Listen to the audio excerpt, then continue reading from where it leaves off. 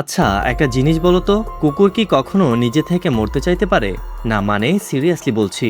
স্কটল্যান্ডে একটা ব্রিজ আছে যার নাম ওভারটাউন ব্রিজ। আর এই ব্রিজ থেকে এখন পর্যন্ত 600-এরও বেশি কুকুর নিচ থেকে নিচে লাফ দিয়েছে। আর সবচেয়ে ভয়ের ব্যাপার কি জানো? যে কুকুরগুলো বেঁচে গেছে তারা আবার উপরে উঠে এসে আবার লাফ দিয়েছে। কিন্তু এটা কেন ঘটছে? কি এর রহস্য?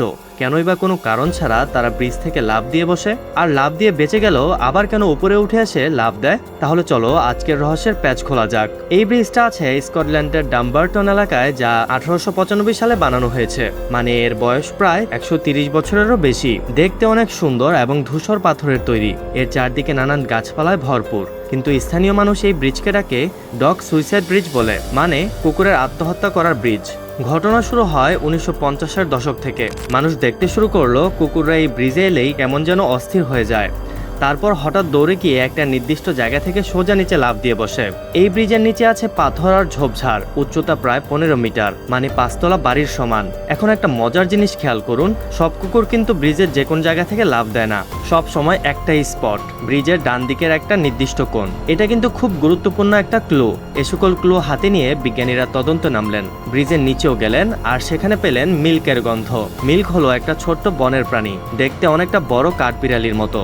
এরা ব্রিজের নিচে ঝোপঝাড়ে বাস করে। এখন কুকুরের নাকের কথা একটু বলি। কুকুরের ঘ্রাণ শক্তি আমাদের চেয়ে প্রায় 10,000 গুণ বেশি শক্তিশালী। সহজভাবে বললে, আমরা যেখানে একটা গন্ধ পাই, কুকুর সেখান থেকে 10,000টা আলাদা গন্ধ ধরতে পারে। তো ব্রিজের উপর থেকে নিচে মিল্কের গন্ধ আসছে, তা তো সত্য। কুকুর সেটা টের পেয়ে শিকারীর নেশায় পড়ে যাচ্ছে।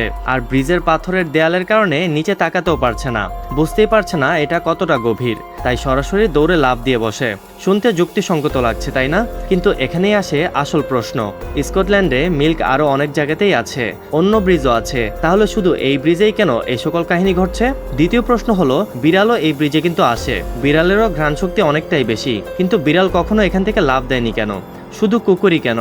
আর তৃতীয় প্রশ্নটা হচ্ছে আরো সবচেয়ে কঠিন প্রশ্ন। একটা প্রাণী যদি একবার ব্যথা পায়, সে সেই জায়গাটা এড়িয়ে চলে। এটা প্রকৃতির সবচেয়ে বেসিক নিয়ম। কিন্তু এই কুকুরগুলো বেঁচে গিয়েও আবার লাফ দিয়েছে। এটা কোনো সাধারণ ব্যাখ্যায় মেলে না। এবার একটা ঘটনার কথা বলি, যেটা পুরো বিষয়টাকে অন্যদিকে নিয়ে যাবে। 1994 সাল কেভিন মুর নামে এক লোক এই ব্রিজে এসেছিলেন। সে তার নবজাতক শিশুকে ব্রিজ থেকে ছুঁড়ে ফেলে দেয়। তারপর পুলিশকে বলে, আমি অনুভব করেছিলাম এটাই করা দরকার। মনে হচ্ছিল কিছু একটা আমাকে দিয়ে এই কাজ করাচ্ছিল। শিশুটি পরে বেঁচে গিয়েছিল ঠিকই, কিন্তু এই ঘটনার পর মানুষ গভীরভাবে ভাবতে শুরু করলো, এটা কি শুধু কুকুরের মধ্যেই সীমাবদ্ধ? স্থানীয় বাসিন্দারা এই জায়গাটাকে বলে থিন প্লেস, মানে পাতলা জায়গা। সেল্টিক বিশ্বাস অনুযায়ী, মানে স্কটল্যান্ডের প্রাচীন মানুষদের বিশ্বাস অনুযায়ী, কিছু কিছু জায়গায় আমাদের দুনিয়া আর অন্য দুনিয়ার মাঝের দেয়াল খুব পাতলা হয়। সেখানে অদৃশ্য কিছু একটা আপনাকে প্রভাবিত করতে পারে। কিন্তু এই কথাটা বিজ্ঞানীরা মানেন না। কিন্তু বিজ্ঞানীরা এখনও সব প্রশ্নের উত্তরও আজও দিতে পারেনি। ব্রিজের পাশে আছে ওভারটাউন হাউস, একটা পরিত্যক্ত প্রাসাদ। এই প্রাসাদে বহু বছর ধরে কেউ থাকে না। এই বাড়ির শেষ মালিক মারা যাওয়ার আগে বলে গিয়েছিলেন, এই জায়গায় একটা উপস্থিতি আছে যা সহজে দেখা যায় না, কিন্তু অনুভব করা যায় প্রতি সেকেন্ডে।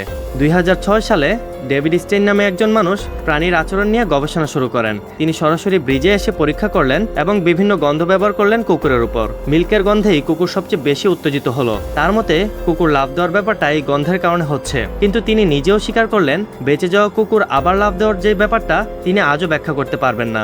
ওভারটাউন ব্রিজ আজও দাঁড়িয়ে আছে। এখানে পর্যটকরা যান, ছবি তোলেন, কিন্তু স্থানীয়রা কুকুর নিয়ে যেতে এখনো ভয় পায়। আর প্রতি বছর একটা না একটা অলৌকিক ধরনের ঘটনা এখানে ঘটেই চলেছে। তো আপনিই এখন বলুন, এটা কি শুধু গন্ধের খেলা, নাকি এই ব্রিজে সত্যি এমন কিছু আছে যেটা আপনার কল্পনার বাহিরে? তো আজকের এই সত্য রহস্যময় তথ্য কেমন লাগলো কমেন্টে জানান। আর পরের ভিডিওতে আরেকটা নতুন রহস্য নিয়ে আসছি। সেই পর্যন্ত ভালো থাকুন, রহস্য বর্ণের সাথেই থাকুন।